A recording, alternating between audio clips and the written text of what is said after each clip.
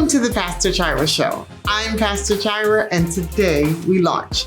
We launch into new territory. We launch into new mindset. We launch into new relationship. Are you ready to launch out? Come on and launch out with me as we go into this conversation on today. And we are going back to conversations that we had during the Pastors and Leaders Summit 2024. I was so excited about those that came and shared with us this year at the Pastors and Leaders Summit. And we had someone that was new to me, not new to everybody else, but he was new to me. And he was amazing to sit down and to glean from. Who am I talking about? I am speaking of Archbishop Emilio Alvarez. Yes, he came and he shared with us at the Pastors and Leaders Summit, but he came into the studio and he sat down and he gave us some nuggets. Yeah, he gave us some nuggets during the Pastors and Leaders Summit. So I want you to hear our candid conversation with Archbishop Emilio Alvarez. Let's go. No. I was actually born in Puerto Rico. Oh. And then my parents moved to New Jersey. So I was raised in Jersey. Oh, wow. Since a young boy, and spent 20 years in upstate. This is your tea. I wanted to make sure it was covered. Thank you. You don't leave things uncovered here. I get it. It's the adjutant armor bearer in me. I'm sorry. No, it's fine. So yeah, I spent 20 years upstate New York, and then I've been in Kentucky now for 2 years, going on 3. How do you like it? How was that transition for you? The transition was tough in that I knew it was God. Explain. Sometimes it's tough because you don't know if it's God or not. Mm-hmm. It was tough for me because I knew it was God. Mm-hmm. And it wasn't what I envisioned for myself. I was, at the time, pastoring a church that was recovering from COVID. Mm-hmm. Had a very thriving church before COVID. COVID kind of decimated that. And then I was really looking forward to working and bringing that back up, mm-hmm. and developing and redeveloping. And God said no. Really? Yeah. So that was a bummer for me. Like he literally, he gave it to you. It was thriving. Yep. COVID hit. And you were like, all right, God, I'm on fire. I'm going to do this because you sent me here. I'm here to do your work. And he said, no. Woo, what a hit. We were getting very excited, and we started this sermon series, mm-hmm. Building Back Better, after COVID. And people started coming back to the church, and everything just started redeveloping. I went off on sabbatical, but a little retreat, mm-hmm. and had a dream. And in that dream, it was like there was no ambiguity. God was like, no, you're not building back.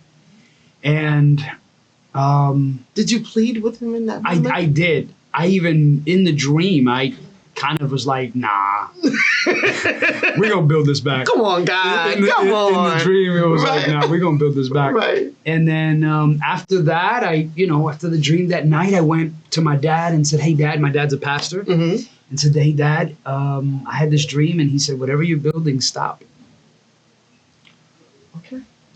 And so I went back to my leadership of the church and said, guys, I have to stop. And they said, well, Bishop, we got all these plans. We've got all this stuff that we're doing, Archbishop. And I said, no, I've got to stop. And so I stopped. And 2 weeks later, Asbury Theological Seminary came knocking. Wow. Yep. Wow. So because you were just talking about singing in the key of God. Yes. And blew my mind and so you were talking about the instrument. Yes. And the strings. And so the instrument had to go to his strings and unfasten each and every one of them. And you know how so you were talking about the violin, the bass. Right. So when you take and you unstring it, yep.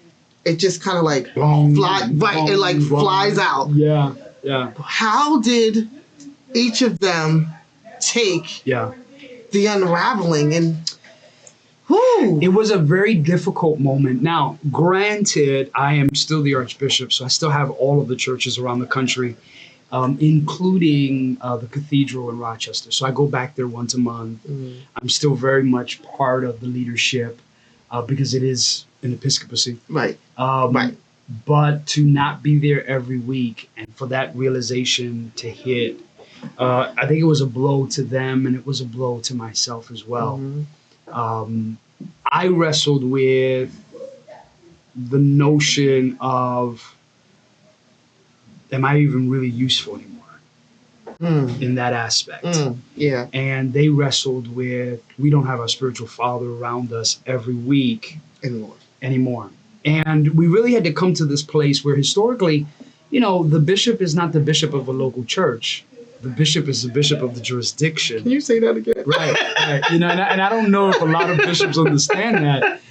Just because you have one church doesn't make you a bishop. You're not a bishop over the church. The church is is the jurisdiction. That's the church. Right. That's the common misconception of the terminology between church and parish in the historic tradition. And so it was tough until we began to kind of fall within the reality of, okay, this is what God is doing. Right. We have to roll with it. Right. And so we're at a good place. So the strings have now been reattached.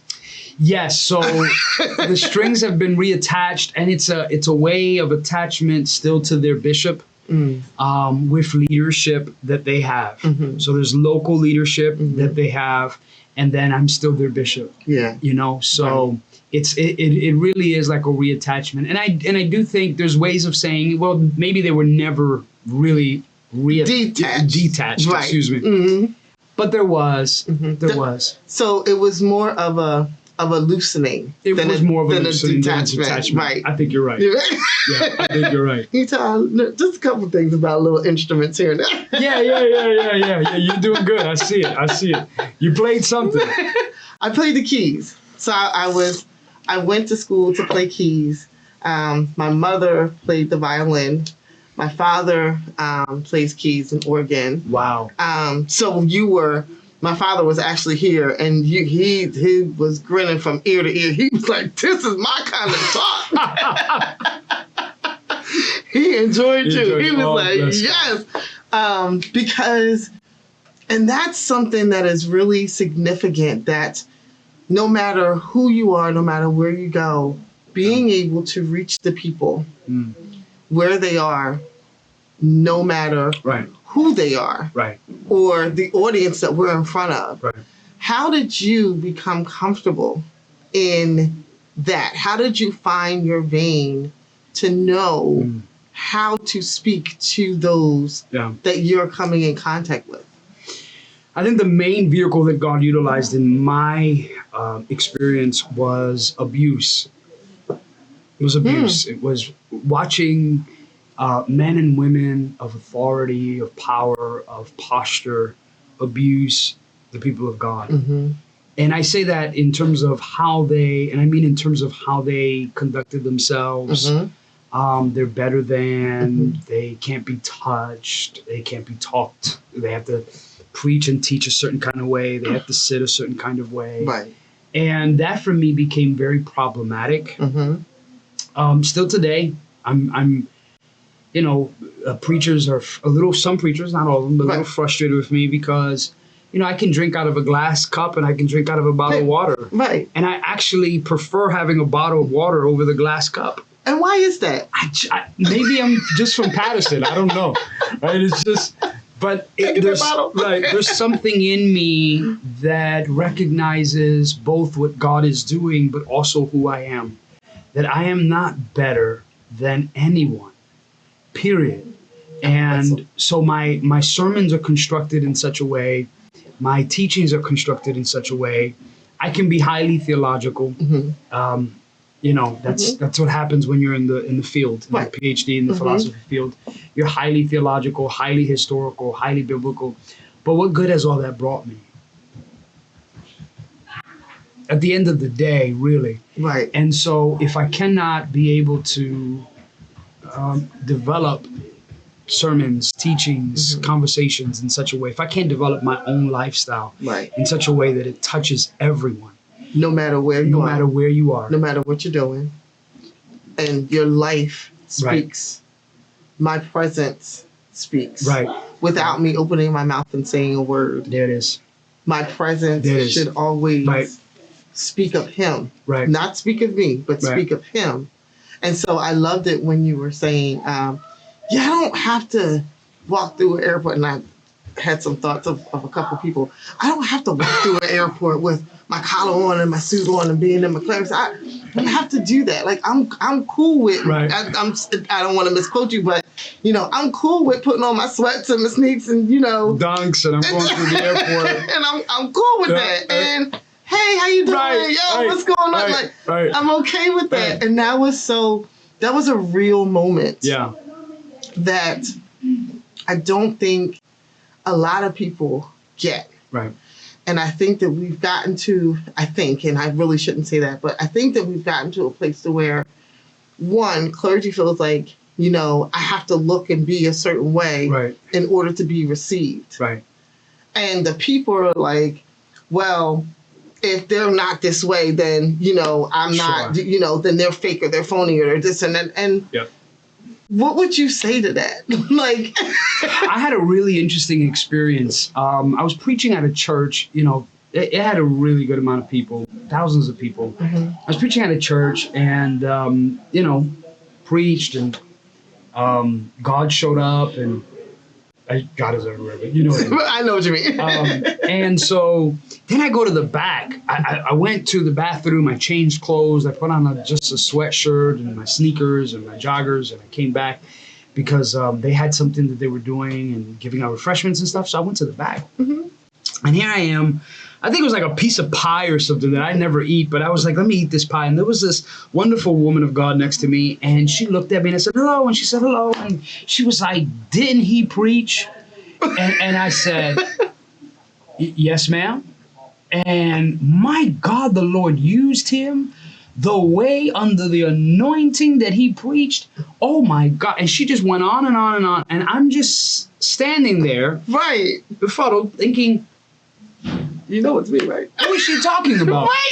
Because I'm the only one that was preaching. So I said, oh yeah, he preached. Mother, he preached. Wow. And I just kept it going. And then all of a sudden someone said, Archbishop, and I looked over, and when I looked back at the woman of God, she looked at me and said, you're Archbishop? I said, yes, Mother. And she said, you look taller. I told you he was a wealth of information, but we're going to take a commercial break, a quick commercial break. And on the other side, we're going to hear some more. Stay tuned.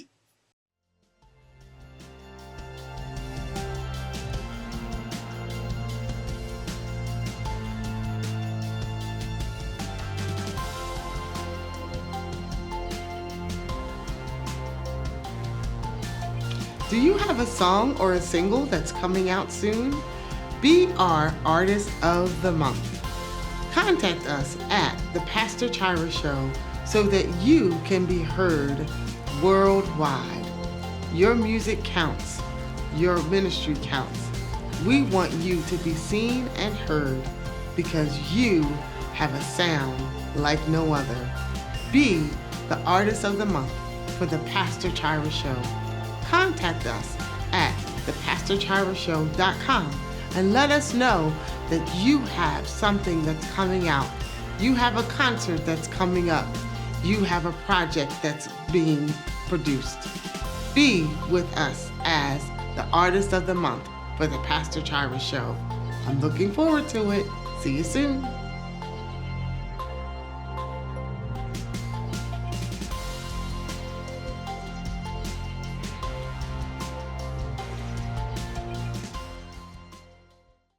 On the stage. They're laughing, but it's true. I was like, what is going on? Like, are you serious right now? it dawned on me that yes, there's the anointing has a way, and there are things, but there's also a perspective that they hold of you up there, Right. that some people think should come down. That doesn't speak of holiness. That doesn't speak of any of those things. But you're talking to a guy that until I was 24, I would play basketball in dress shoes. Huh? Yes, ma'am. I'm sorry. I didn't mean Yes, ma'am. Yes, ma'am. I kid you not. I would play basketball in dress shoes because I wanted to be taken serious as a minister of the gospel anywhere and everywhere I went. So on the court? On the basketball court. Joggers Uh-huh. and gaiters on. Joggers and gators. All right. I wish I was lying. They got pictures of me with joggers on and church shoes on, shooting hoops. Well, you got a great game. No, listen, I don't know about that. Maybe that's why I got my ankles broken so much. But that was my perception for the longest because, you had to respect me. I was Pastor so-and-so, Reverend so-and-so, and what I wore, until it just came to a place where I just started seeing the difference and said, no, there's a me. I don't put Bishop Emilio Alvarez on social media. I had a name before I had an office. Can you say that one more time? Right. Because a lot of people don't realize you're a whole person. A whole person. Not just pieces. We're whole people that have whole lives. Yes, ma'am. And it's not just this. Right. And we're not disrespecting the office. Correct. We're not disrespecting the call. Right. We're not diminishing the assignment. Right. And we are saying, I'm a person too. Right. Even in my leadership. Right. Even in the ways that I've come to be in, because I loved how you broke down the 3 ways of getting to leadership. And it was the one where, it was the second one where it talked about basically the process. Process leader. Instead of trait. Oh, I was right. Yeah. I didn't want to miss say it, but it's the process leader that it's those things, and even being on the court with shoes on, that was a process for you to come through to become the leader that you are now, to say, hey, be authentic, be yourself, show up the way that God created you to show up, because you'll reach so many more if you are just you and do what He's called you to do. Yeah. It's interesting in the history of the world, when you do research in terms of leadership, the best leaders always have the greatest notions of themselves, whether in public or hidden. But they know themselves, and they give room, whether in public or hidden, for them to be themselves. And you cannot be uniquely a leader if you cannot be uniquely you. And so being you is part of that leadership, because if I had to be a leader in the church always, would you not be exhausted? Right. It's not a thing. We want to be able to enjoy ourselves, enjoy our families, travel, enjoy the world, have good moments of rest, have good moments of reflection, have good moments of enjoyment, live, laugh, love. After all of these things, everyone will leave, or you have to give up something. And then what are you left with at the end? And so that's kind of been something that I've been working on in terms of just enhancing my leadership through the process of being uniquely me, right? Which I've lost out on so long. So that's where I'm at. Wow. Yeah. And it's so funny, because that's even here at the summit, that seems like it's the theme, that not only are our leaders teaching, our pastors, our bishops, our overseers teaching others to be uniquely them, but we as pastors are also in the process of learning to be uniquely and authentically ourselves, so that we can then in turn teach others to be uniquely and authentically themselves. Right. I am honored.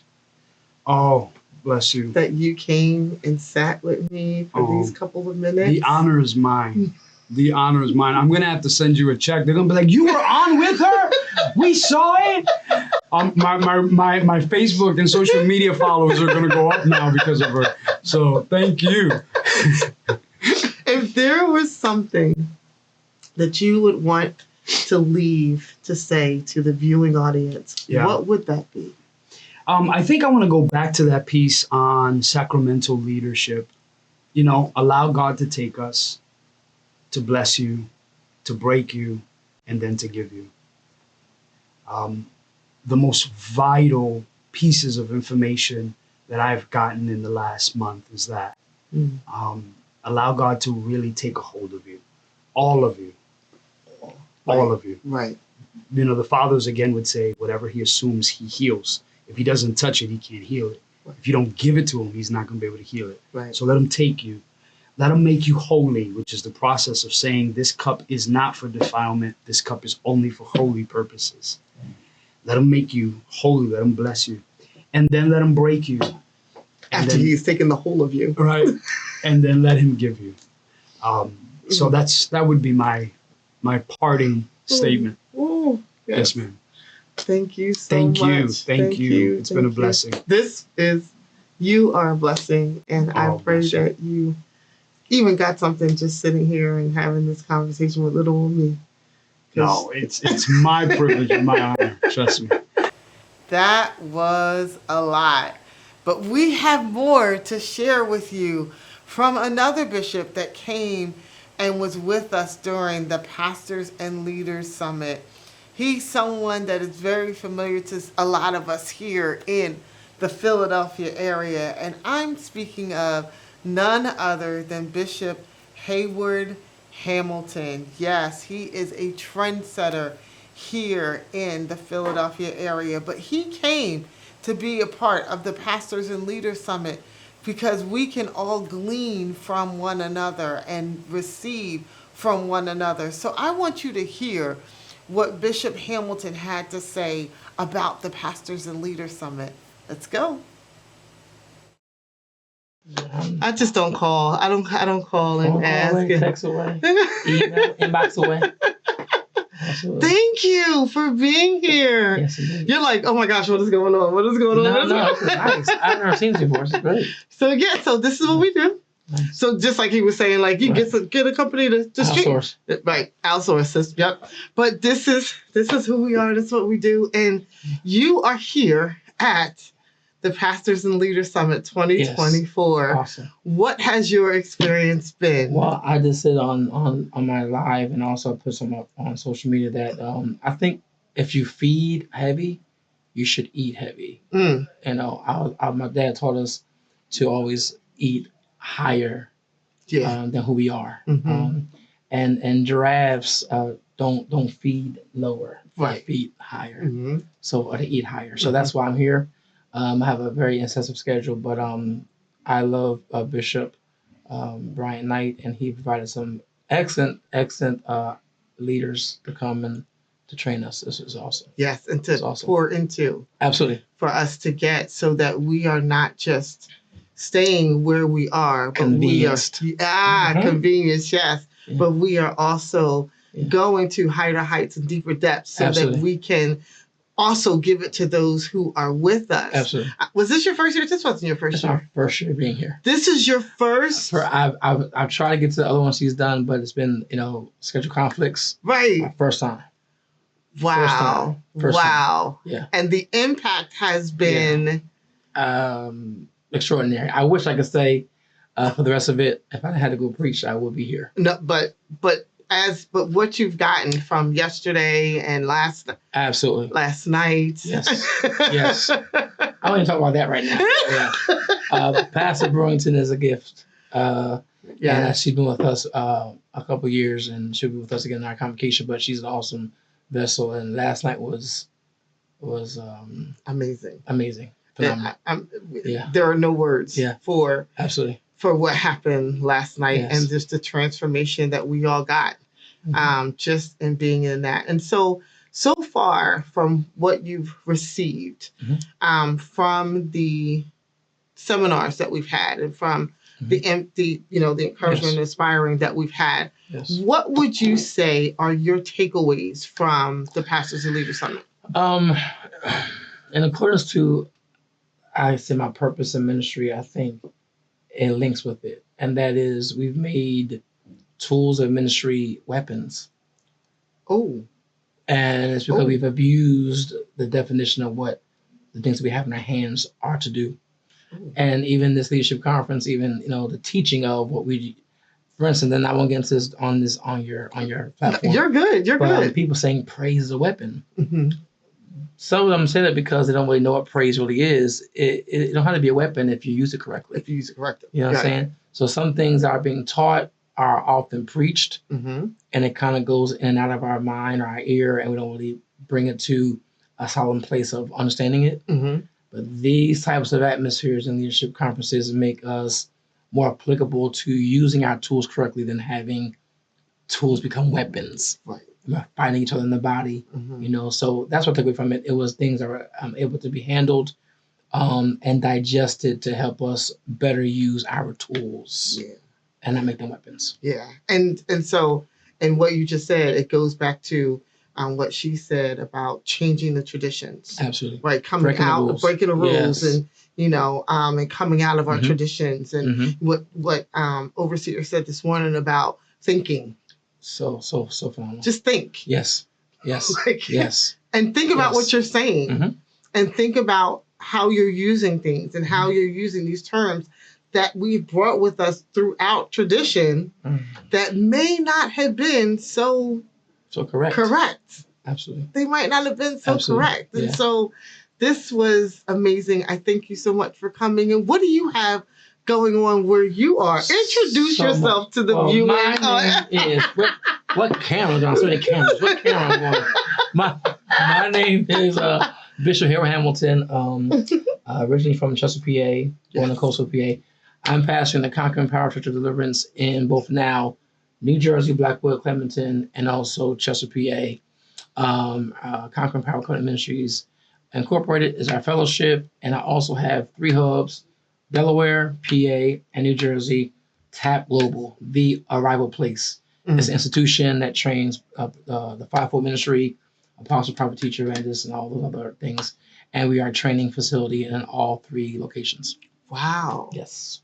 So you have a lot going on. A lot. So partnering with the Pastors and Leaders Summit may be something that could be a futuristic thing for the whole training and impartation part. We've already moved forward with that. I've already talked to Bishop Knight and linking with some of the persons that have actually been here to translate those things to us. I love everything he's doing here.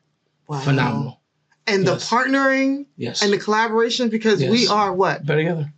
And we're one kingdom. Absolutely. Why are we so divided? Why is everybody trying to do their own thing when yes, indeed. If we come together and do it together, we're so much better together. Absolutely. Absolutely. Listen, I thank you so much for coming and taking this time to sit. But we got to have you do something else because I know you got some things coming up and, and we'll be in touch so that the people can always know what you have going on. Thank you so much. And you're part of the kingdom. I appreciate it. Thank you. We were here. Thank you. This was Bishop Hayward Hamilton, and we'll see you real soon. God bless. Peace. Pastors and Leaders Summit 2024 was amazing. And we're not done. We're not done. We still have more to share with you. So I want you to tune in next week as we continue to share from the Pastors and Leaders Summit 2024. And I want you to prepare for the Pastors and Leaders Summit 2025. I know that Bishop Knight has some things that he's working on, and we are all working together to make sure that the Pastors and Leaders Summit does exactly what it needs to do, which is empower, encourage, inform, and inspire each and every one of us to be the God-given leaders that he has created us to be.